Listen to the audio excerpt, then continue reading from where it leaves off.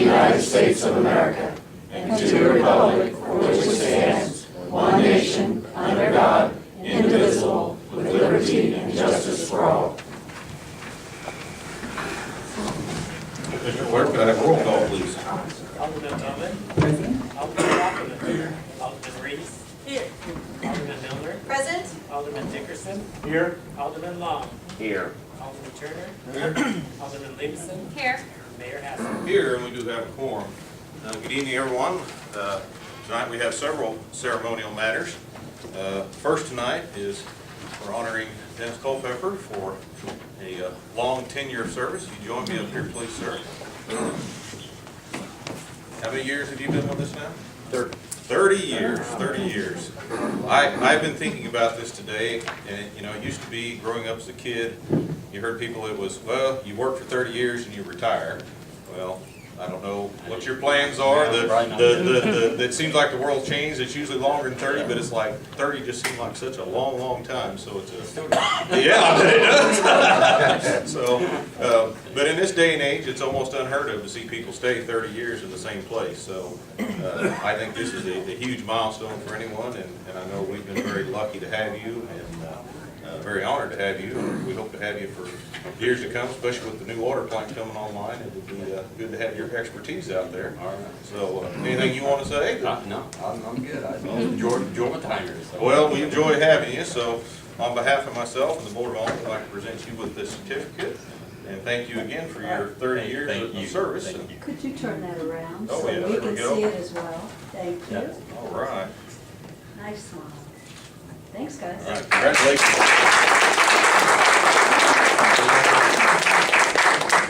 All right. Okay. We have a couple proclamations to read tonight. First tonight we have the National Police Week, so if I could have the officers join me in here, please. No, the firemen don't go first. Just line up right here if you would. That'd be fine. As long as Kincaid's not right behind me, I'm okay. You might make faces at me. All right. We have Police Week coming up, so we wanted to read a proclamation to honor them. National Police Week. Whereas the Congress and President of the United States have designated May 13th through the 19th, 2018 as National Police Week, and whereas the members of Harrisonville's Police Department play an essential role in safeguarding the rights and freedoms of the citizens of Harrisonville, and whereas it is important that all citizens know and understand the duties, responsibilities, hazards, and sacrifices of the police department, and that members of our police department recognize their duty to serve the people by safeguarding life and liberty, property, by protecting them against violence or disorder, and by protecting the innocent against deception and the weak against oppression or intimidations. And whereas the Police Department of Harrisonville has grown to be modern and scientific law enforcement agency which unceasingly provides a vital public service. Now therefore, on behalf of the Board of Aldermen of the City of Harrisonville, I, Mayor Brian Hassey, call upon all citizens of Harrisonville and upon all patriotic, civil, and educational organizations to observe the week of May 13th through the 19th, 2018 as Police Week, with appropriate ceremonies in which all of our people may join in commemorating police officers, past and present, who by their faithful and loyal devotion to their responsibilities have rendered a dedicated service to their communities, and in doing so have established for themselves an inevitable, enduring reputation for preserving the rights and security of all citizens. I further call upon all citizens of Harrisonville to observe Tuesday, May 15, 2018 as Peace Officers Memorial Day in honor of those peace officers who through their courageous deeds have lost their lives or have become disabled in the performance of their duty, and let us recognize and pay respect to the survivors of our fallen heroes. So on behalf of the board, congratulations. We want to honor you during this week. So.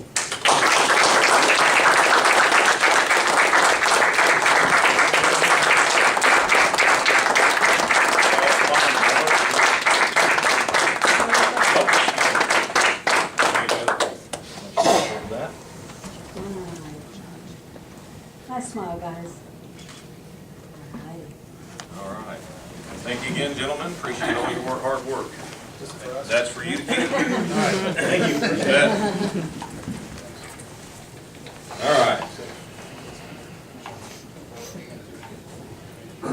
We're also going to be recognizing the National EMS Week, so if I could have the EMS gentlemen come in here, please, ladies and gentlemen.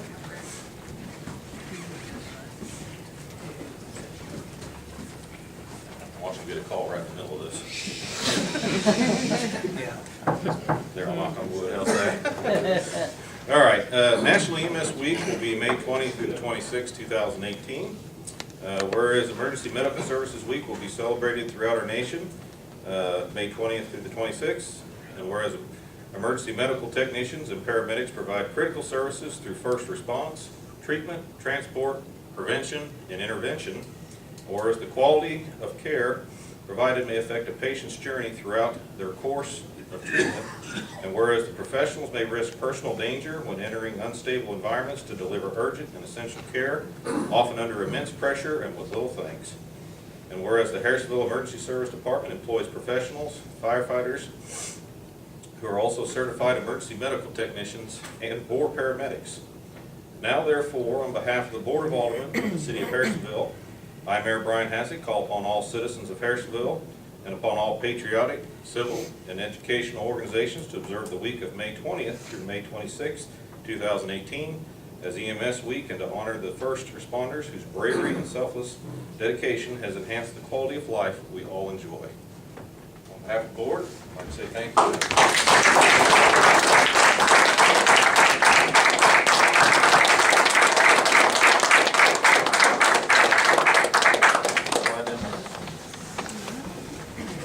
Scoot in just a little bit. There we go. Nice smile. Thank you very much. All right, thank you very much. Thank you. Glad to see you again. Thank you. Thank you. Thank you, Chief. All right.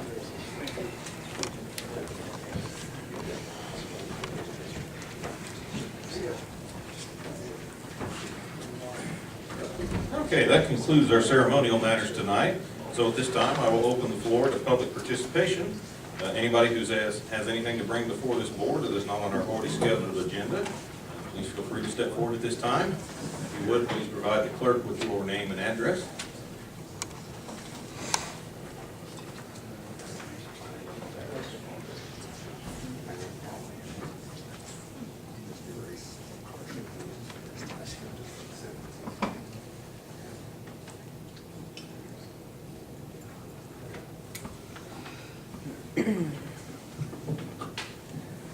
Good evening, Mr. Mayor, Alderman, Alderwoman.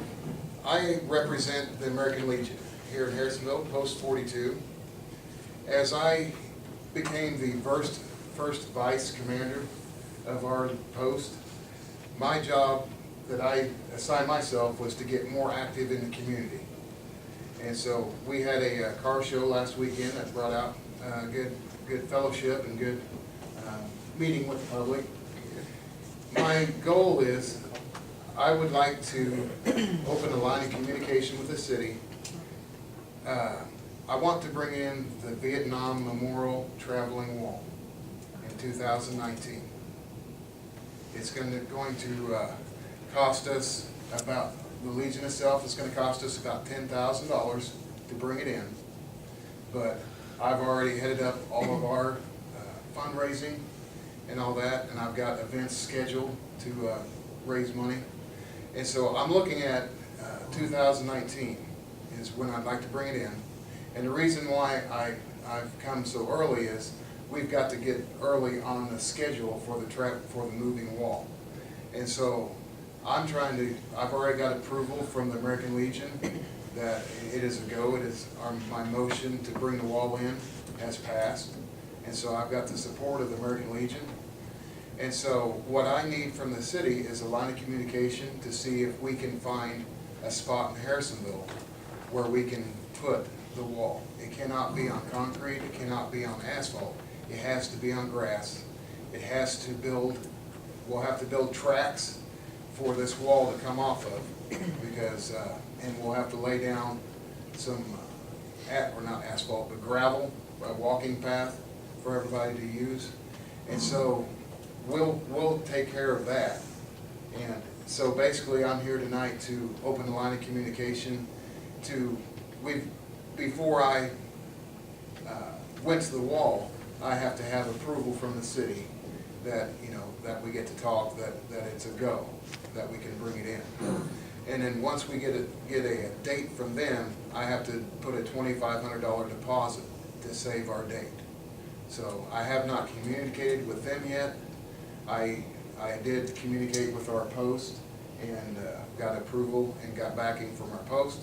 So I'm looking for, like I said, a line of communication to see if we can find a place in Harrisonville to bring it in.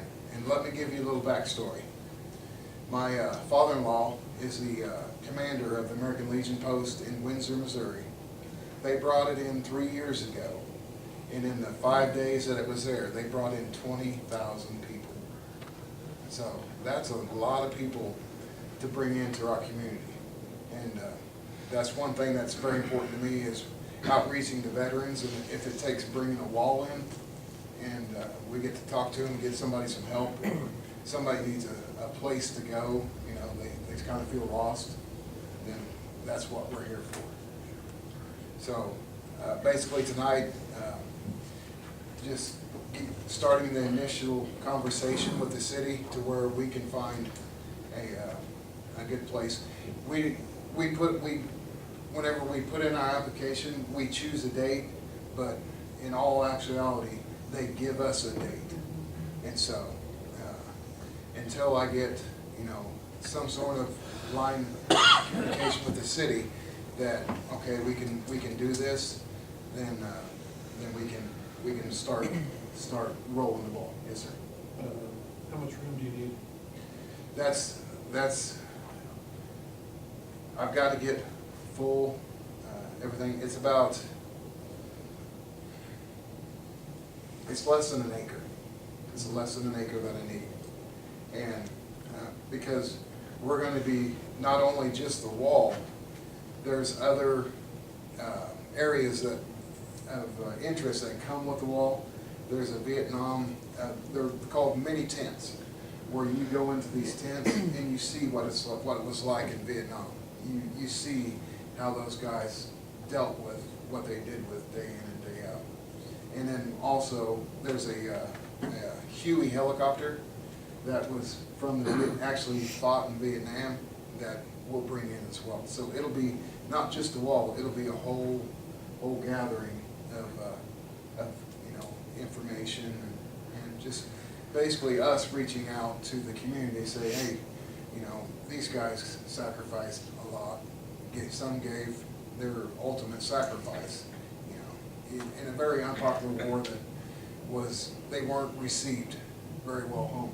And so it's important to me, to the ones that weren't received well when they came home, to say, hey, we honor you, we remember you, and all that. So Can it be on private property?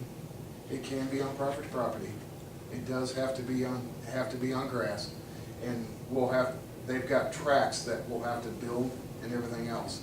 And tonight I just want to get, open communication with the city, to where if this was something that the city would be up for, and if it would be a good thing, Once I got you guys nod that, yes, we can work with this, and start the line of communication, then we'll start the planning, we'll get down to the brass tacks of what we need and everything else. So I think it's a wonderful idea, and I don't see anybody nodding otherwise than yes, so I kind of get the notion that Would it be like at the park?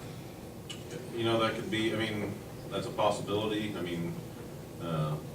We've got lots of areas we could think of. Park would be a good one, just because it's already a lot of people there. It's very easy to get in and out of, but I saw Mr. Welch pull out a card, so I'm pretty sure he's ready to give you those Your cards. line of communication. And, Yeah, give me a call when you know what size you need, because I've got various ideas.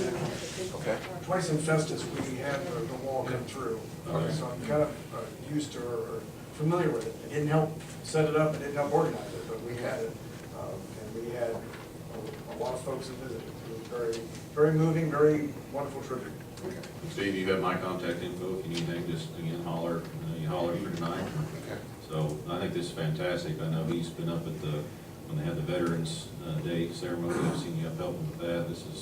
I think this would be really neat. I think I've been to the World War I Museum before, and it was just fascinating. I think If you have not been there, please make time. Yeah. It's moving. this sounds like this would be really interesting, especially for kids and everything, to get to go see it and learn a little bit about history. That's a wonderful idea. So thank you very much for heading this up. It's really. Do you think it'll be during the summertime, or will it be It'll- any time of year? They only go out from March until, I think it's October. So it'll be in that window area. So it definitely will not be wintertime. It'll be warm weather time. And one thing that we will need, of course, it will need guarded 24/7. And so we'll have volunteers from all the different posts, whether it be the American Legion or the VFW as well. And then we'll try and call on any police officers here in Harrisonville that are veterans, maybe donate a shift or two, something like that. And that's something that we can work upon later, just once we get a firm date and get on their schedule, then we can really start hammering down on everything else. So. Very good. But thank you guys so much for your. I think Alderman Golden had one question for you. Steve, just a comment. Steve, first of all, I want to thank you for your care for veterans and your dedication to their being recognized. And secondly, I want to thank you for your service. Thank you. We're free because of people like you. Thank you. It was my pleasure. Miss it every day. I wish I could go back. Of course, with this, it's kind of hard to go back. That's about the only thing I don't miss. That's right. All right. Well, Thank you, sir. Thank you very much. You bet. Thank you. Is there anyone else who would like to speak this evening?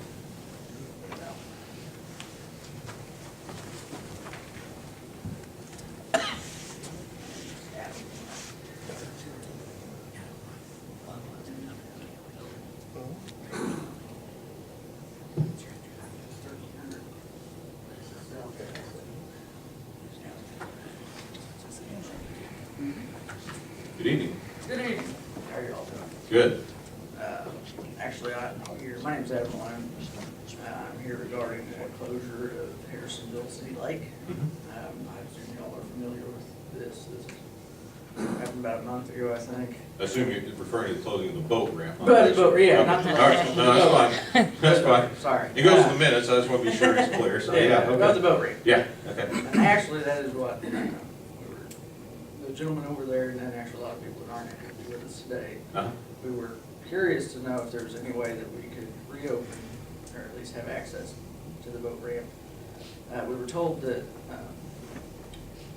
right now there's no plans in place necessarily to repair the boat ramp.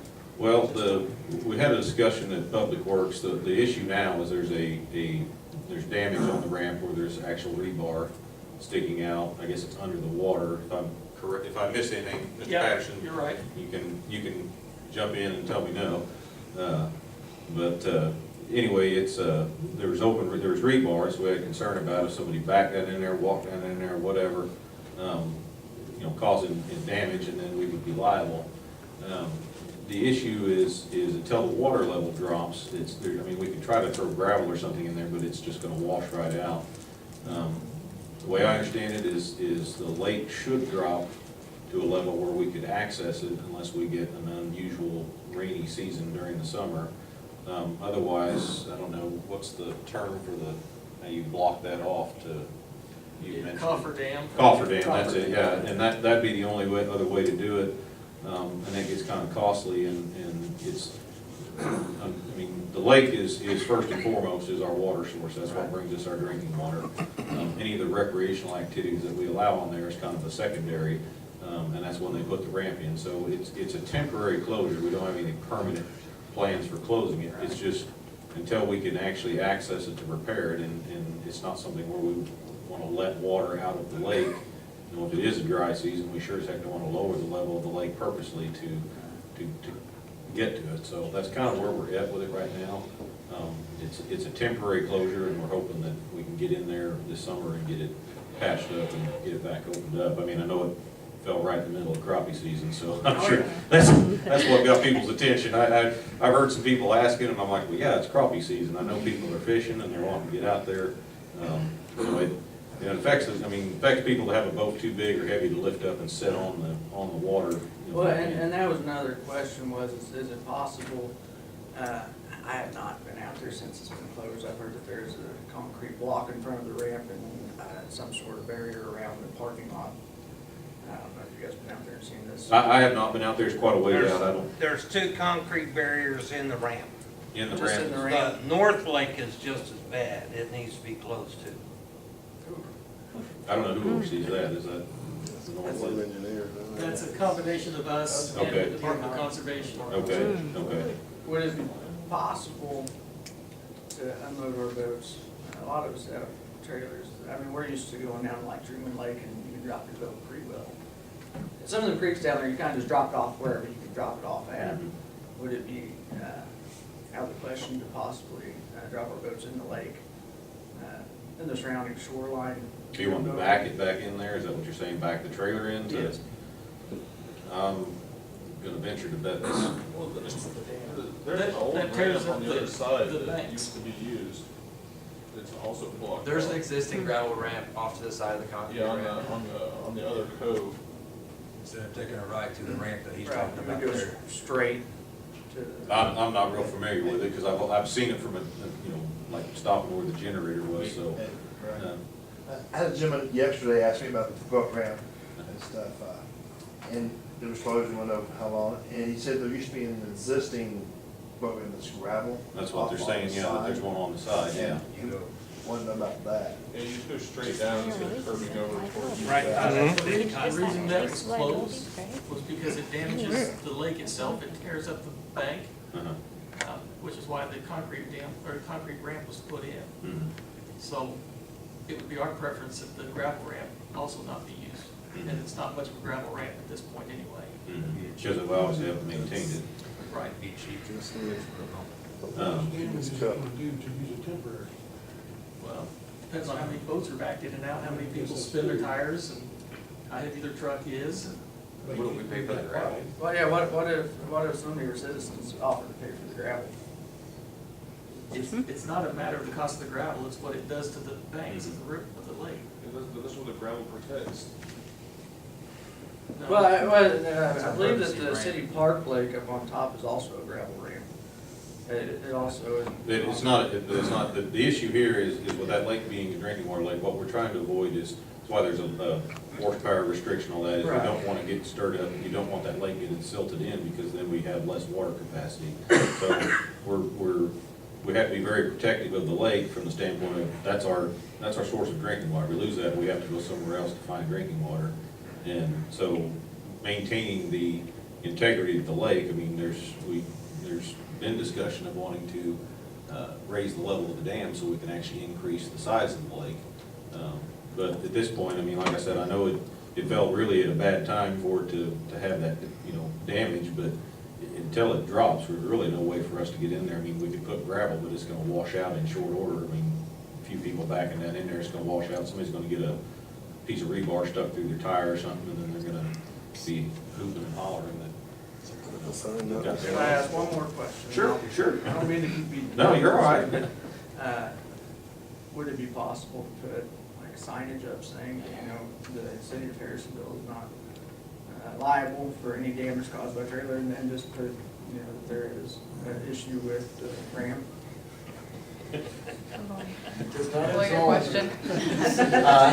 That's probably not adequate, and I can tell you as an attorney, even if there was a sign and I was representing the person that got hurt, if they were hurt bad enough, I would sue the city anyway. Simply because, there's a lot of question as to, when you do that, as to the adequacy of it, and how, whether they saw the sign, how big was the sign, just a lot of different things that made, somebody knocks the sign down, and so now they've removed the concrete barrier and somebody backs over the rebar, steps on the rebar, falls and breaks a leg or drowns. There's just a lot of liability situations that the city would be potentially involved in. if there's a dangerous situation. Alderman Reese? I have a question. Huh? At what point, when the water drops in a natural state and the rebar is showing, does the city plan to go ahead and repair it at that point? Yeah, Eric, what was the estimate? It was 15,000 or something Somewhere in that neighborhood. to tear that up and repair that section of it. I mean, the cost of repair is not the issue. It's having, if you have to put the coffer dam up, that's going to increase that. And I mean, it's, you know, that's the issue here is Okay, so trying to get in there to fix it. So it's really still kind of up in the air as to whether We don't have a set time when we can fix it because we obviously don't know the set time when the lake drops. Now, obviously, you know, somebody's out there checking on the lake periodically. We see it drops far enough. Mr. Patterson's gonna say, okay, we're ready to fix it. Let's get in there and get it fixed. Okay, so the plan is then, when it's available. Yeah, I mean, we have no intention of closing it permanently. It's just unfortunately, we had to make this temporary. And like I said, unfortunately, it fell right in the middle of crappie season. It's when they're going gangbusters. So I knew this was going to be an issue. But again, it's a drinking water lake first, and that's what we have to always remember, that the recreational part was something that was secondary to when we got that lake, so. So can we do a consideration possibly, and I don't know how many people might want that, but, pardon me, for those who have purchased access to that lake, can we get their money back to them until it is The open? girls up front have already supposed to. Have they? Yeah. I had 2 questions about that this weekend, and Yeah, I mean, even if we can get it open, you know, later this summer, I Right. think that's the appropriate way to handle it, since we inconvenience people with, you know, they thought they'd be able to be out there, and like I said, I know it's that time of year and it's a good time, Well, but, it's just all, I mean, right now it is the crappie spawn, that's true, and that's Yeah. what we do. yeah, But, so. we go out there and just all. Oh, I know, there's a lot of people, We just, use it, it's so, yeah. kinda hurting, not knowing, having any kind of time frame at all. That's, I'm right there with you on the fishing, so I definitely, like I said, I wouldn't have been on Do you board happen with to it. know how deep this is, the underwater? Because we've fished there in the lake for years, and Eric, the lake doesn't drop real far. I don't know how deep it is. I haven't been out there to actually, I mean, obviously I'm not gonna wade out in cold water right now. I'm not sure where exactly it's at. I just know it was brought to my attention. We had an issue with the rebar and that it's gonna create it's a safety concern, so. What about fines for use? What's that? What about fines for use? Like if somebody was to go out there and use it, you know, are there fines in place? Like if they go out and use the ramp itself now? Well, not maybe the ramp, because it, I'd have to, you'd have to. Oh, like if somebody backs their trailer in anyway somewhere else? Yeah, and just not like back it in and disturb the, you know, the ground around the edge of the lake. But if you just backed in and pushed your boat into the water. They're smaller If you boats. can carry your boat in by hand, you're more than welcome to. We don't want trucks backing up the shore. You'll have to be able to carry your boat in. If you back a truck up and run up the property, you will have to pay for those damages. So is there a date where, like, if the lake doesn't drop by that time, the other dam will be considered? Putting a coffer dam up for it? Yeah. I mean, I guess if it went on for a year, we might have to consider something, but like I said, again, we have to look at what the purpose of the lake is. We have 2 lakes at the park that, you know, the dams out there are in need of maintenance as well, and we have to think about those. That's not the only lake we have, and those lakes do have recreational use, and the dams need some maintenance out there, so it's all about when and when the funds are available. So right now, our best bet is to see if the water level will drop naturally, which it usually does when it gets hot. And everything I've read has said it's supposed to be a dry summer, but, you know, they've said that before, and we get inches and inches of rain, so, again, I'm sorry it had to be closed, but, you know, it was a safety concern, and we have to think of that, and again, the fact that it's a drinking water lake first, so. May I ask why they're, I haven't fished that lake since I've been a kid, may I ask why they're, the other side of that cove, the ramp was accessible at one time?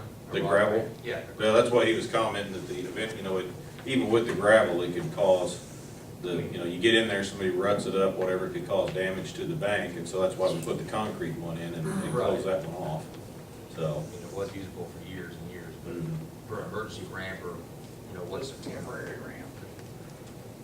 But yeah, therefore, I know why it's being used for temporary until you guys do get it. I mean, it's just temporary. It's not And the permanent. gravel's free from somebody who'd be willing to pay for it. Just one load of rock will do it, but, I mean, it's not like it's a permanent, use it every day, all year long, it's just until you guys can possibly. I mean, it's something that could be discussed at Public Works, but it would, I mean, it's not something we bring up tonight, obviously. Is that a different meeting? Yeah, so we have a Public Works meeting the first Tuesday of every month. So, But that gentleman is correct, that lake is not gonna drop that far. We're gonna do work on that ramp. It's If never it's gonna more happen. than like a foot, I've that never lake seen It's doesn't never drop gonna happen. The Corps engineer has looks like a big inner tube, and they lay it around there and pump it full of air, and they pump the water out. And that's the coffer dam, yeah. That's the coffer dam, and it's portable, it'll hold up a lot of water and be able to get in there and work. Even in our dry seasons, I've never seen that ramp drop that Yeah. far. Never seen a lot. Never gonna happen. But That's what I was wondering. Honestly, I was sitting here going, how far down is it, and Well, how dry does the summer have to be to Then get to you're, that you point? know, you get over 15,000, which it would at that point, you're gonna, it becomes a budgetary item, and we'd have to look at all that. I mean, it's not just a simple, we can run out there and say we're gonna fix it. I mean, I wish it was, But this time you guys haven't looked into how much, what the cost of that. but not for that, no, we did, you know, initially was that it had damage, we were concerned about safety issues, and that's where we are with it now, and we haven't ever pursued it any further at this point. So, but we can bring it up for discussion again at our next Public Works meeting, and that's first Tuesday of every month at 6 o'clock in this building, and you're more than welcome. Anytime. And, as of right now, though, that other ramp there. No, it won't be open right now. I mean, you know, I don't see it being used temporarily. Unless somebody wants to be the brave soul. I mean, I don't know that Public Works Director's telling you it's not a good idea. years for temporary, I mean, emergency. Eric, could we possibly, I mean, do a little bit of research and find out what it would cost us to do the coffer dam? Just so that when the question comes back up, we can have an answer for these people. Okay. Can we do that? Would there be any opposition if we sandbag and pump the ramp, if you guys would come out there and fix it, if we took care of drying the ramp out? Yeah, that'd probably go into a liability issue. I got work done. I appreciate the offers. I know what you're saying. I think it would be. Well, I mean, it's, that lake is never gonna drop that much. Yeah. We can wait around all year on it, that's not the answer. Well, we can definitely look into what the additional cost would be, but, like I say, it's temporary closing. I mean, we don't have intentions of closing it at this point, so, we just haven't got into a deep discussion about going further with any type of repair at this point, so. Are these boats too heavy just to push into the water, carry in, push in? If you got them, I could get my boat to push off the trailer, that wouldn't be a problem. But the trailer's gonna still have to be at least close to the water, which could potentially hurt the shoreline, I guess. So, but I mean, if I can back the wheels up to the edge of the lake, I guarantee I can. So push my boat. these are boats that are bigger than two people could pick up off a trailer. Yeah, these are- I mean, I have a I mean, little these fishing are boat that like- two people could carry, but it's For a the most small. part, like 16-foot John boats and some. It's a four-person boat. Yeah, there's a lot of people that bought boats especially for that lake. Yeah. So it's Because not- you have to, because of the My horsepower. dad had a 10-foot John boat, you know, and he used to take it out in the trunk of the car. Right. He unloaded the thing all by himself, it's aluminum, of course. That's what Right. he used for years out there. And he, I don't even think the boat ramp would do that. I have no idea.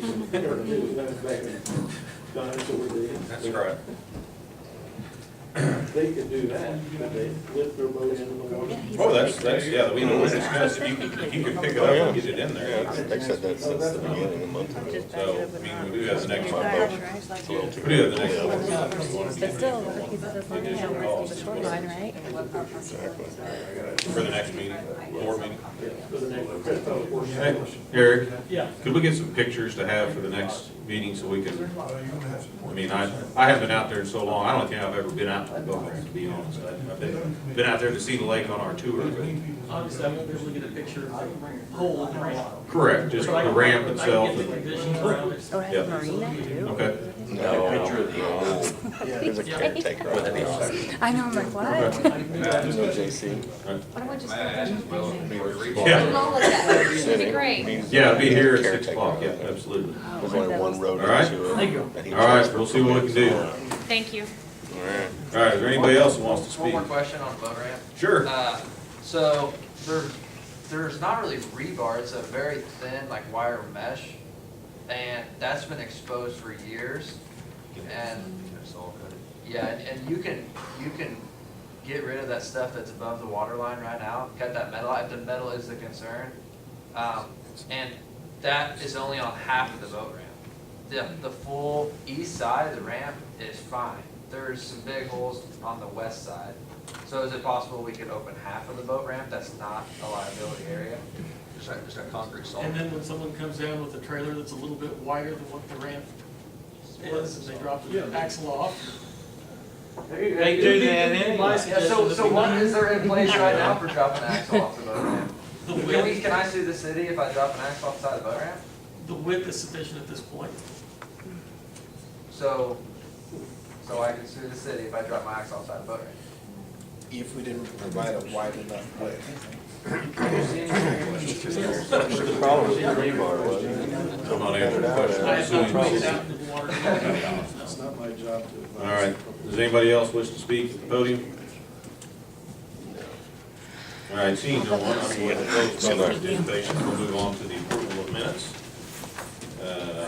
Tonight, we have the minutes from the regular meeting of April 16, 2018. You should have found a revised set of minutes. If you go to page 4 of the one that was in your packet, there was a change requested by Alderman Bowman. It starts where, right after the April 28th, the old version said, Alderman Bowman announced that on May 1st, a delegation from Nepal will be meeting with Congressman Vicky Hartzler. And I can see a quick need for update there. Representatives from local governments. The amended version says Alderman Bowman announced that on May 1st, a delegation from Nepal will be meeting with elected officials from Cass County and some surrounding municipalities. She stated she was honored to work with Congresswoman, Vicky Hartzler, who was a huge help in communicating with U.S. Embassy. Alderman Bowman, is that correct with what you want? Okay, so that, it would be amended, unless somebody else has anything else. That's the amended version. So the motion would be to approve as amended. To approve as amended, that is correct. I make a motion, go ahead. I make a motion to approve as amended. Second. I have a motion from Alderman Turner and a second from Alderman Miller. Any further discussion? All those in favor? Aye. Opposed? Minutes are approved. Moving on to our agenda items. First tonight, we have the Harrisonville Middle School 5K. Chief? Good evening, Mayor, members of the board. Before you tonight is an application permit from the Harrisonville Middle School to have their annual 5K. They've chosen the day of May 23rd. Start about 8:30 in the morning, be done by 11 o'clock. They'll just utilize the streets around the middle school, which are shown on the maps that's been provided. They figure this year it's going to be about 650 runners and walkers, and past years it's been about a quarter of that. So we'll have quite an increase in people this year. They plan on having a school teacher at each of the intersections, as well as Officer Michelson will be in the area in his patrol car as well. They'll be working with him. We haven't had any problems or concerns in the past with this event, and we recommend approval. Any questions? Any questions? I make a motion, we approve it. Motion from Alderman Turner and a second from Alderman Long. Any further discussion? All those in favor? Aye. Opposed? It is approved. Council Bill 3-0. Council Bill 3-0, resolution of the Board of Aldermen of the City of Harrisonville, Missouri, authorizing and directing the city administrator to enter into a change order agreement on behalf of the city with KAT Excavating to make improvements to city sidewalks in various locations for an amount of $33,492.71. Good evening. Good evening. And you can see I forgot to change the wording on that resolution. It will not be sidewalks. This is I pulled that resolution off of our last one, I forgot to change that line. This will be for various work at the water treatment plant. So we need to amend that. Yes. Okay. In your package, you'll see the three items that are on here. Almost 20,000 of it is to repair the inside walls of the clarifier. We weren't able to get an assessment on what needed to be repaired until the contractor got here. And so he was able to do some measurements and come up with a quantity that equaled basically $20,000. These are things that need to be done if we want to extend the life of this basin for the next 40 years. Next is actually a deduct. One of the things that was spec'd, they couldn't get the actual piece of equipment, so they've got a slightly different one. It will still have all the same functionality, and that actually comes in almost $1,100 less. The last thing was an addition we've added to the description of the work. All the piping in the basement of this building, it's all been there since the building was built, it's never been painted. The problem with this is our staff's time is spent running the plant. We don't have any excess people. When someone goes on vacation, they have to jockey schedules around just to keep it covered. It made much more sense while we have a contractor here who can probably do this in 1/10 the time we can. Sandblast and paint those pipes. Likely this will be done after the rest of the plant is, because they want to do it in the dead of summer. It helps with the way the pipes sweat. So, yeah, take all three of those together, and it's basically a net change order of $33,492.71. It does also add some time to the contract, 25 days, but 15 of that will, like I said, likely be done after the contract is, everything else is done. Okay. Any questions? Mr. Patterson, so I'm kind of making some changes on the fly. It looks to me that the title should have been "Make Improvements to the City Water Treatment Plant" for an amount of $33,492.71. So let me reread, well, assuming that the board wants to approve that, and then in section 1, again, it would say improvements to the city water treatment plant for an amount instead of what it says now. So once the board agrees that it should be amended, then I will reread the resolution and the board can vote on that as read in the amended form. Yeah, we need a motion to amend. I make a motion that we amend as D. I'll second that. Okay, I have a motion from Alderman Dickerson and a second from Alderman Long to amend Council Bill 3-0 to remove the city sidewalks and insert water treatment plant. Any further discussion? All those in favor? Aye. Opposed? All right, it has been amended, so if we could read as amended. Council Bill number 30, resolution, I guess. Yeah, resolution of the Board of Aldermen of the City of Harrisonville, Missouri, an amended resolution, let me change that, of the Board of Aldermen of the City of Harrisonville, Missouri, authorizing and directing the city administrator to enter into a change order agreement on behalf of the city with KAT Excavating to make improvements to the city water treatment plant for an amount of $33,492.71. All right. If anybody has any further questions, I have a motion to approve. And that includes the painting, correct? Correct. I make a motion that we approve. Second. Motion from Alderman Dickerson and a second from Alderman Long to approve. Any further discussion? All those in favor? Aye. Opposed? And Council Bill 3-0 become Resolution R18. Thank you. Thank you. Council Bill 3-1. Council Bill 31, first reading, an ordinance of the Board of Aldermen of Harrisonville, Missouri, repealing section 405.350 of the city code and enacting in lieu thereof a new section 405.350, composition of Historic Preservation Commission. Excuse me. So the HPC regulates what goes on in our historic district, which is the square. When somebody comes to HPC, they have to get a certificate of appropriateness to do any changes or work on their building. HPC also looks at grant money, is supposed to keep up to date with what's going on with the State Historic Preservation Office, go to different conferences.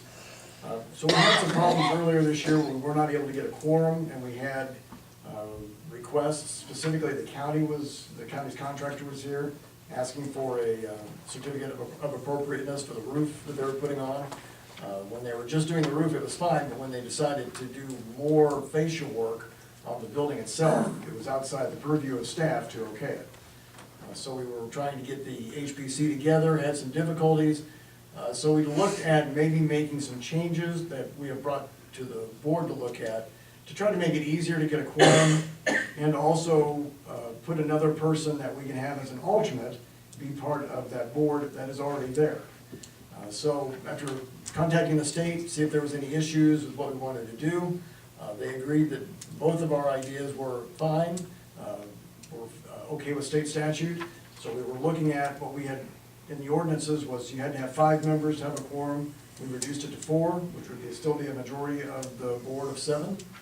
And then also, if you don't have that, you have an alternate, one alternate, and the HPC requested specifically that that person be the liaison that is appointed by the Board of Aldermen. So that's what we brought to the Planning and Zoning Commission, and that is what we were bringing to the board here, is to approve that change. And that's what's all covered in the ordinance. Questions? This change only applies to this Just to specific. Just to the, yeah, just to historic preservation. Okay.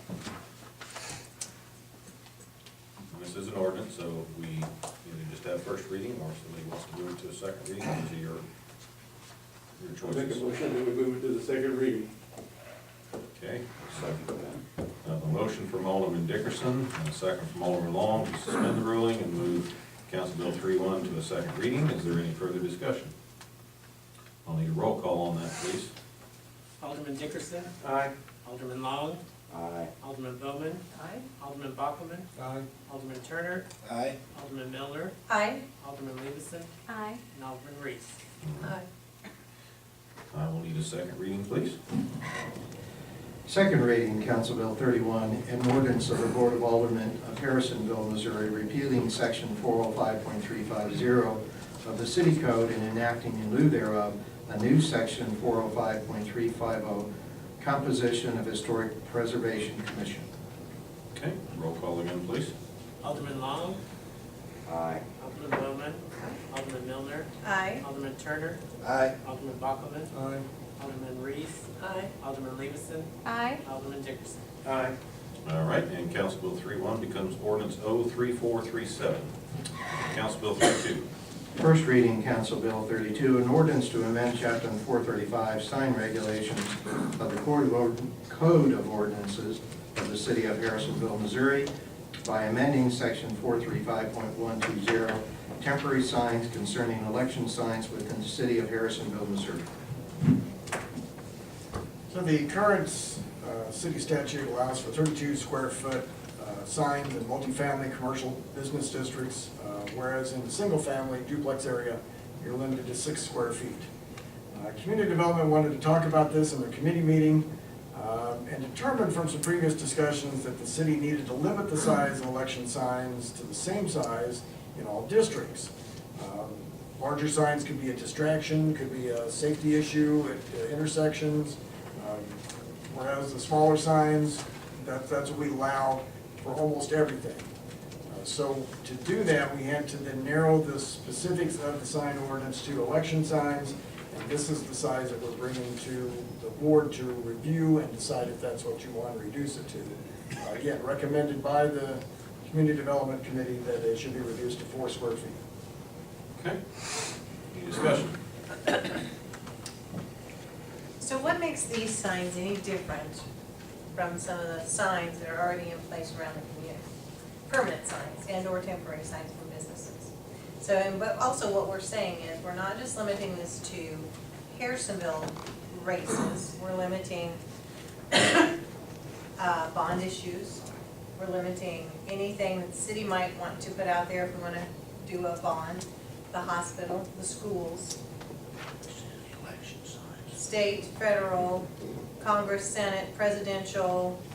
I mean, we're limiting everything to a minute little sign like this. That's what we're saying here, right? Before, And the reason being, I don't know that the reason. public safety, I mean, I don't buy that because of the fact that we've done this for years. No, we haven't. The only time we authorized big signs to be put up was when Luke Scaluzzo ran for office. And he came up here and asked the city for permission to put up a larger sign, and we allowed it. And his competitor didn't realize what was going on, and he complained because he didn't get notified that he could put bigger signs up. But our ordinance states you can have bigger signs. No, at the time, it didn't. We changed the ordinance to allow for Luke to put up bigger signs. And then, and before that, there was discussion of county officials put up great big signs. They were all over the place. Now, I know that for a fact. Right. This last time, there was an accident with one of these big signs that was not, you're talking about signs that are regularly there, and they put this big sign up, and they had an accident because they couldn't see around the sign. When was that? That was, During the the last 2016 election, I believe. and they. Where was couldn't- the wreck? In front of Donna's Diner. Where's the police report? I have no I idea. never heard a thing about it. Those, okay, Never heard a thing you're about it. talking about, what were those signs designed for? But the question is, They're- so if there was an accident because of the sign, Yeah, they couldn't was see the around. sign taken down? No. Did They were- anybody they were ask for the sign to requested be that they taken would- down? No, I think they did come and move it back. So Okay, that they but could we be allowed. have restrictions on where those signs can, how far back they have to be. Well, my question back to you is, what's the purpose of them? They're a highway sign. They're designed for highways where you have a huge distance between the highway and where the sign can be out of the right of way for like MoDOT or KDOT, whoever you want to talk about. The distance, you couldn't see a small sign, so they designed these bigger signs to go off the highway. I can remember never seeing these signs in the city of Harrisonville, and then all of a sudden you started seeing great big mammoth signs hung, and it was in the, I believe it said it was non-residential, which that was another issue, is there was a lot of question about, well, what's non-residential, what's residential? If you have the same sign, we talk about consistency, you can have the same sign no matter where it's at. There's no question about the size of the sign. It can be 2 foot by 2 foot, or I think the standard ones are 2 foot by 18 inches. And if you can't see that, and it's 5 foot off the road, then, I mean, they stand out to me. I mean, you can see those all over the place. These are just, they're very distracting, and they can be in a spot And where I mean, I'm they're okay with the difficult fact to that we see. can't have county people putting those big signs up to advertise there, or state, or the rest of it. I'm put the same. Well, they used to sign not- up. they used to Well, not my put them up question until is, recently. and I'm just bringing this up because if you remember back several years, when we got into a big issue with businesses and stuff around the community, putting up their temporary signs for sales or things like that. Those signs are no different than what we're talking about Well, yeah, today. they So pay if for we're it. gonna do this, then we're going to also have to limit, like, let's say Clint's gonna have a big tire sale. And he wants to put up a sign out there by his business for his tire sale, a temporary. And it's on Same his thing. property. That's a big difference. Well, not necessarily, you might wanna put it somewhere else, or, you never know. I'm just saying, if we're gonna open this up for these sizes of signs, then we need to go all the way across the board with it. And remember, several years back, we had issues with lots of businesses around who were having their signs taken down, or told to take their signs down. Well, that goes into the regular sign ordinance, which I can tell you that needs to be gutted and redone. Yeah, that whole- Needed to be for a long time. But if we're gonna do it, we gotta do it all at the same time, No, you don't because have to do it all at otherwise, the we're same gonna time. have a big brouhaha again about signs. I think they should be addressed separately though, because you can't do the same thing for businesses that you do for elections. It's not the These are same thing. temporary, yeah, these are temporary. And people go and stick them in random places. I mean, I've had to look around, even garage sale signs at times, you know, when they set them in a random place. I'm not saying we can't have garage sale signs, I'm just saying they can be put in inappropriate places. Oh, they absolutely can, but And- there are also restrictions in our ordinance that tell you how far back they have to be. But I'm just saying, if we're gonna do this, then we need to look at any kind of a temporary sign. I think we can look at At the same businesses, time. but I Well, think they we are should look at it from the separate. ordinance, are they not? Yeah, there's a separate portion of the ordinance, and the discussion, when we initially discussed this, the discussion of temporary signs was brought up, that there are more variables to the temporary signs, because businesses, one, businesses are paying, they pay They get a permit. permit to have the sign to begin with, so we have to approve that, whereas with political signs, there's no permit. You can, I mean, we can go stick them anywhere, yeah, they can get pulled if they're not in the proper location or not located, you know, it's a big sign in a residential area. But if we're talking about the safety, which is what this talks about right here, then it needs to be across the board for temporary signs. But they're separate sections of the ordinance. You Separate can't do- you sections couldn't is do it- fine, but you the can't do them sizes all of in the one signs are ordinance. still the same. So. Any other comments, questions? Okay, I'm sorry, Sure. I'm having a little trouble following this. Can you use your mic, Alderman Reeves? Thank you. Said I'm having a little trouble following this. Yes. These two guys were talking when she was talking, and so I got a little confused about who was saying what. But what I think I understood is if we go ahead and change this, then it's, we're speaking strictly of political signs. Anything else? Only political signs.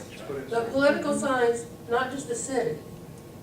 All political. Yeah, all signs. political signs within the city limits of Harrisonville. So, like if the hospital has a big thing going and they want to advertise a moneymaker or something, then they can't have a big sign. No, that would be. That would be if they had a ballot They're issue. gonna put a ballot issue out, like a About, ballot. only a ballot issue. Something that would be governed by the Missouri Ethics Commission, that would be a good way to. Well, you know, I guess you can always debate what an election sign is, but I would assume election signs has to do with, as Alderwoman said, bond issues, candidate elections, where there is a definitive election that's coming up and the sign is addressing that issue. The way your ordinance even reads now, it limits to how long those type of election signs can be put up. And the reason most cities do that is because around election times, they tend to proliferate overnight. I mean, you'll see hundreds of them be put up, you know, in 1 or 2 days, where there's no control over that in most ordinances, other than maybe how the size and how long in before the election or after the election they should be up. There's no permit. Whereas, as I understand it, most other signs are required to get a permit, so someone comes to the city and says, we want to put this sign here, so there's at least a discussion about the appropriateness of the size of the sign and the location. Whereas with political signs, election signs, there isn't, because when I ran for office, you know, and all of you have done that, you hand a bunch of signs to your friends or supporters and off they go to put them up, and a lot of times you have very little control over, even though if you may tell them don't put it in the right of way, you're driving down the road and they're in the right of way. So, you know. Well, I think that our city's pretty good about making us move those signs when they're in the wrong spot. I had to move a few myself, and I think most everybody had 1 or 2 that were in the wrong spot, and I commend whoever it is that did that. They did a mighty good job of telling us to move them in the right spot. So, I'm just trying to explain. I'm sorry, I didn't hear that. I say, I'm not opining about the validity or whether it's good or bad idea. The only thing that I'm saying, I'm just trying to explain what I think the ordinance is doing. Okay, so, but just basically in a nutshell, this is just for political signs. And to make sure it's clear as well, we have had discussions about the remaining sign ordinance, which I am the first to say it is a mess and I would just say it's a disaster on paper in my opinion, but it's a lot more complex than this was a simple piece of the ordinance that could be addressed now, but addressing the rest of the sign ordinance is going to require quite a bit more. Mr. Welch and I have had several conversations about how we're going to go about it, what we're going to do, because we have run into issues, as Alderman Milner brought up, when you had businesses that are coming in here, hey, I bought this building and put this sign up, and it was the same sign that was up there, and they came in and told me if I didn't take it down, they were gonna close my doors and all this other, I mean, you know, we need to address, I mean, I've commented on their signs on buildings that cover half the building, and then there's an area where they can't have a sign any bigger than this, and it's, you know, whatever rules dictate that are not, I don't think they're as logical or as simple to follow. But those kind of are all together, whereas this is a standalone piece, so this was a piece that can be taken care of very quickly and easily. So the signs will be basically like this. So if anybody has a bond issue, whether it be the school, the city, community center, or the hospital, there could be no more big signs that say, no tax increase. Nothing like that. You got it on this much paper.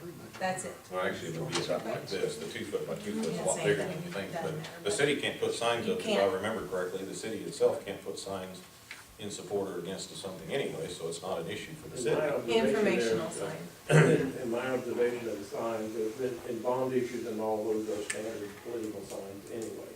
Nobody ever puts up great big signs for that. They have. Alderman Turner had a comment. I'm just curious, what if, like, the hospital had a bond issue and, they made a big banner to put it in their yard, would that be considered a political sign, or would that be a Bigger banner? than what we're saying they can have? It would be, No, I mean, it's their own sign on their own property. if it addresses so there's a, a banner. but if it addresses a political issue that's on the ballot, that's Then considered political. it's still, What if, still And a the local hospital sign. is on top. what if we added to that, that if they want a larger sign than that they need to come to us for approval and let us know exactly where it's going? I mean, well, Marcy, you're shaking your head, no. No, I mean, what do you think the because think of the answer process is? that's gonna have to take. I mean, They you're can talking plan about ahead. a long process. I mean, it's just, it's a give there, okay, fine, maybe there's a place for that, but if it's giant, then they need to come to us for approval of where it goes. My concern would be that if you're going, if you say in black and white, this is what you can do, that's not arbitrary. Right. If you say, well, you can do this unless you ask, then that becomes potentially arbitrary. So you would have to add very specific definitions about streets or locations where it was possible to go larger. Otherwise, it would become a very arbitrary situation. So it would be, I'm not saying it's not possible to do it that way, I just think it'd be a lot more complex than what this is. So just so we all understand where we're going there. I mean, for me, I just don't see where these large highway, and that's what they are, you can argue all you want, they're a highway sign. They have no business being in a city, in a city lot. If you can't see, they're no further than that chair away, and I can see the sign just fine when it says reserved for Mrs. Hassick for the videoing. I can read that just fine, and it's about that big. So if you can't read a 2 foot by 2 foot, which the person's name is pretty big, and it's 5 feet off the road, you shouldn't have your driver's license. So I'm just. I don't really think it's needed, I was just trying to find a happy medium. I mean, this is It's an ordinance. So- an ordinance that has a first reading, yeah. So we're saying signs, not banners. Is that correction?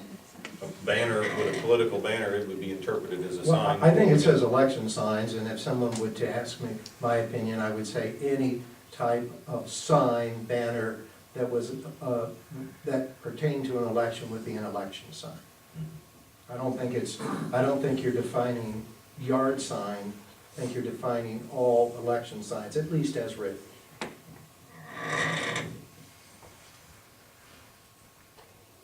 We're done? It's first, it's a, I make a motion that we suspend the rule and do the thing. No, say it, David. Be specific. Suspend the rule and what is it? move council Yeah, bill council bill. For a second. Yeah, 3-2. 3-2 to a second reading. Okay, I have a motion to move council bill 3-2 to the second reading. Do I have a second? I'll second. I have a second from Alderman Long. Is there any further discussion? Okay, this will require a roll call. Alderman Long, Aye. Alderman Bowman, No? Alderman Turner, Aye. Alderman Bockelman, Aye. Alderman Levison, Aye. Alderman Dickerson, Aye. Alderman Reese, Nay. and Alderman Miller. No. Okay. Since we have nays, our policy in the past has been any nays on a, moving to a second reading. We will move second reading to our next regularly scheduled meeting. So we're done with Council Bill 3-2. We'll have second reading at the next meeting. Council Bill 3-3.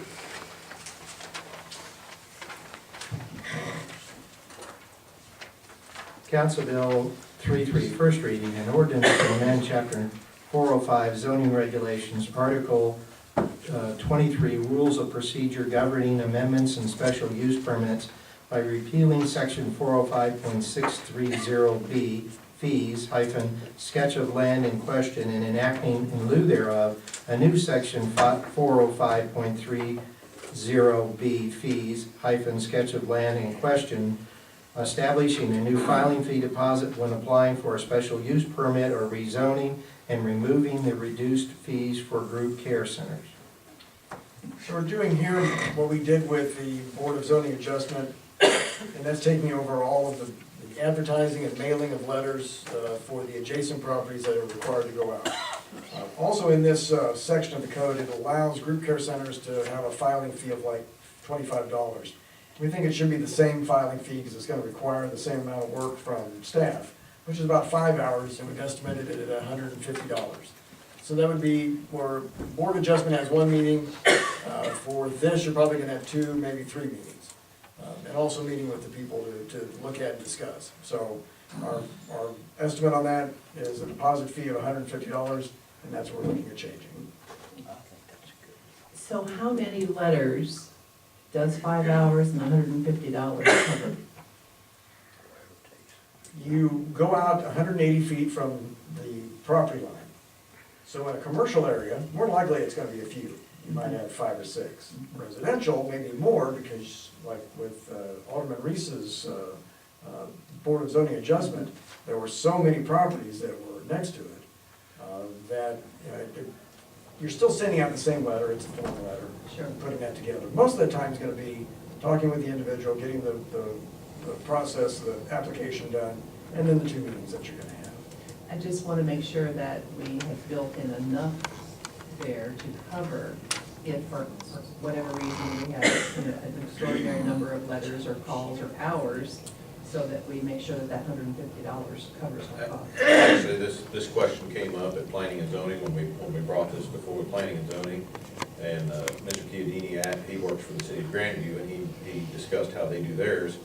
And they charge a set fee, like we're suggesting. Now, theirs is higher, but they have more, larger city, more to deal with. And he said that sometimes you make, you cover your costs. He said sometimes it may not. He says you kind of try to set the price to where you feel the average is going to cover everything. There is going to be the exception here or there that could do that. And so that's where we kind of got the idea of, okay, we need to come up with a set figure, and it we feel will most of the time cover, and that's kind of where we. So hopefully by the end of the year it'll wash out. Basically, yeah, and I mean, basically, it's kind of like BZA, we're making this easier on the citizens and the people that apply. It's making it more customer friendly, which I think is something that we've been getting a lot from people over the years, and I think this is another good move. And the fee is, I mean, there's also a limit on what you can charge. I'm sure you would bark about that if you just saying, the past experience. Yeah, I think it, as I understand, the city administrator has attempted to make a reasonable evaluation, which I think is really all the law requires so that, you're not, it's not essentially a tax. If you went too high, somebody might argue that it was a tax, and that's not. You're just attempting to cover your own costs. So I think keeping it at a reasonable amount is very important. And I wasn't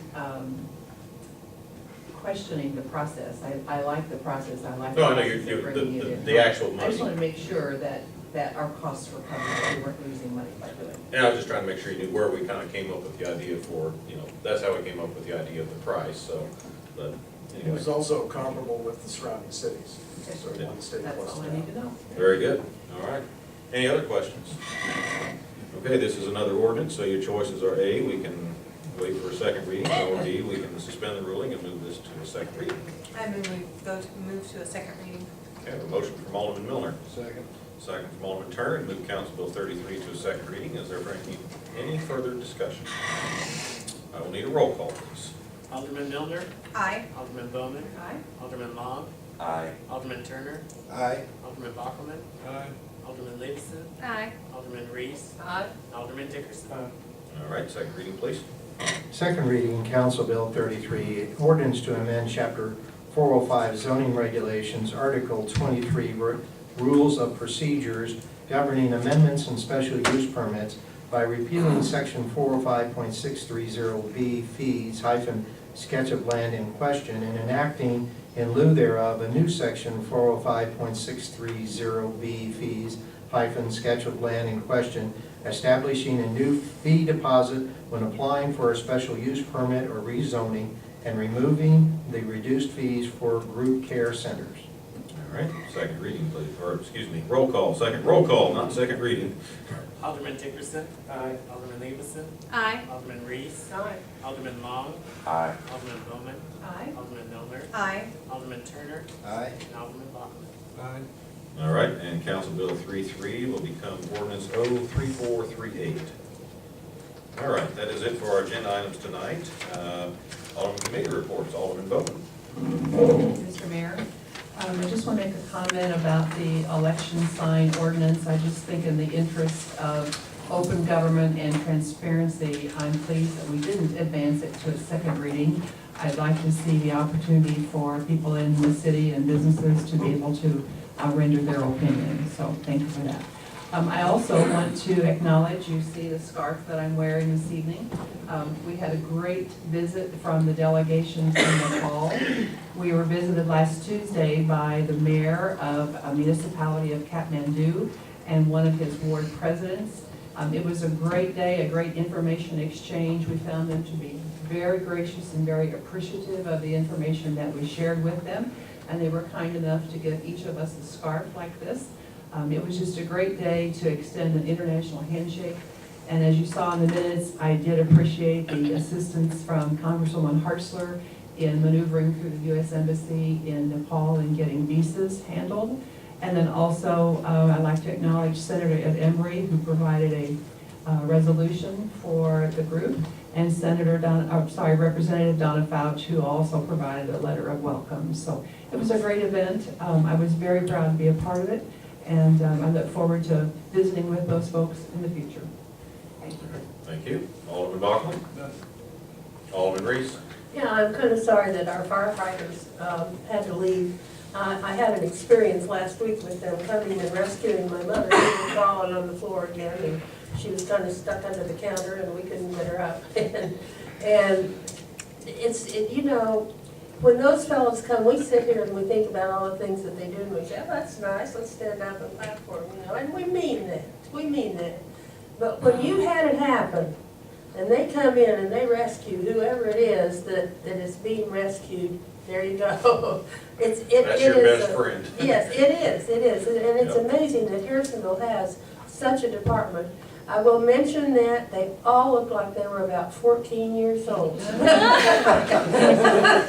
But they seem to have the wisdom of a much older young man. Of course, everybody loves them now. But I just say kudos to those guys. It's really nice to have them. Thank you. Very good. Alderman Miller? I have to go off Judy, and I don't know that everybody in our community knows this, but they will come and change your smoke detectors for older people. And they have been a true blessing to. Heck, just changing the batteries would be. Yeah, and you know, high ceilings and stuff, you get older people up on ladders, and they come voluntarily and are very pleasant and do a wonderful job. And make sure everything's in working order when they leave, so. Alderman Dickerson? Alderman Long? I'm good. Alderman Turner? Alderman Lees?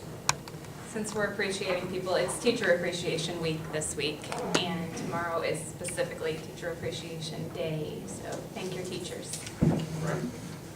Mr. Welch? Updated report at your seats. Just draw your attention to item 6. We will begin siren testing next Wednesday, May 16th, at 1 o'clock, weather permitting. And we're going to be doing that every month. So once a month, you'll hear the sirens go off. Are we gonna put that out like in the newsletter so people know Yeah. that? In the newsletter, we put it on Facebook, and it's We heard it even clearer at our house, and there's not one here, so. otherwise, unless you got any questions about what I've given you as a report? I do have a question. The tornado sirens did go off one day last week. We heard on the news, they reported that they thought that there was one spotted out by the hospital, I believe is what they said on the news. I don't know that there was one for sure. Sirens came on. I put something out on my Facebook page just to let people know and said to be safe. A lot of people asking about when the sirens are sounded, who is responsible for that. You know, some of them complaining, well, according to my radar, the storm was already past us and the danger had passed before the sirens ever came on. I didn't give a direct answer. I'm pretty sure it falls with the fire department to sound. Eric Myler is your emergency management director. He was out in the storm, tracking it and keeping in touch with the weather service out of Pleasant Hill. What they noticed was rotation, but nothing was ever spotted. It was dark, I believe, as well. But when they start seeing a lot of rotation, the tornado warning then is going to be sounded. That's why he only did it once, that 1 3-minute period, because they didn't see anything come down to the ground or remain.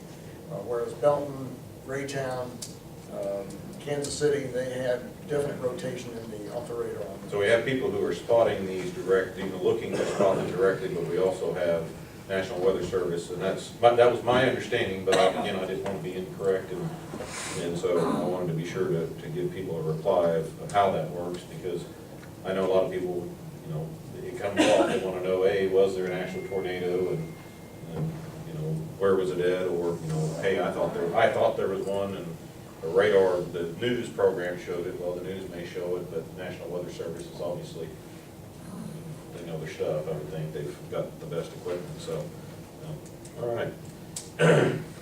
Very good. Luckily, I didn't hear about anybody being hurt, any issues, so I think we dodged a bullet. Actually, I was a little disappointed. I went downstairs to my porch to watch the thunder and lightning, and I didn't watch thunder, but to see the lightning, and it was pretty calm, so that's okay. Citywide cleanup is this weekend, Friday and Saturday, so if you have anything you wish to get rid of, it will be held out at the municipal waste location on Rockhaven Road next to the hospital where the old John Deere facility used to be. They are taking everything except for hazardous waste, tires, TVs, and there are no appliances with refrigerant. So you'll need to take proof of residency. I know a lot of us, I know a lot of the city employees know who we are, but it's probably a good idea to pack that utility bill with you just in case. Jump in the Trunk also begins this weekend, the first one. It's always the second Saturday of the month. We'll go from now until October, so if you have anything that you didn't sell in your garage sale or some treasure you were looking for garage sale weekend, now's your opportunity to get up there and see what you can find. And that, I believe, is all I have this evening, except I do want to announce I'm officially a parent of a college graduate. So An employed college graduate. an employed college graduate, and I have to brag, she was one of 4 students out of 160 that received a 4.0 for all 4 years of college. We were very, very proud of her, so very, very happy to see her teaching here in Harrisonville, and I know Marcy's daughter was a nice mentor for her, so she's had warm reception from teachers here, so she's looking forward to it, and so are we, so. That is all we have for tonight, so Mr. Dickerson, if you would. I move that the Board of Aldermen go into closed session pursuant to the following sections of the revised state statutes of Missouri. It's RSMO .610.021, legal and confidential communications. Okay, I need a second. Second from Alderman Long. Roll call, please.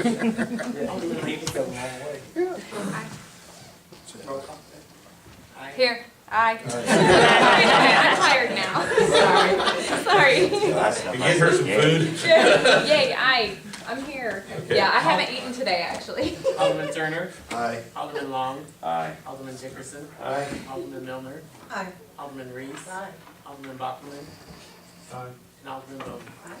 And we are adjourned to executive. Thank you for coming, everyone.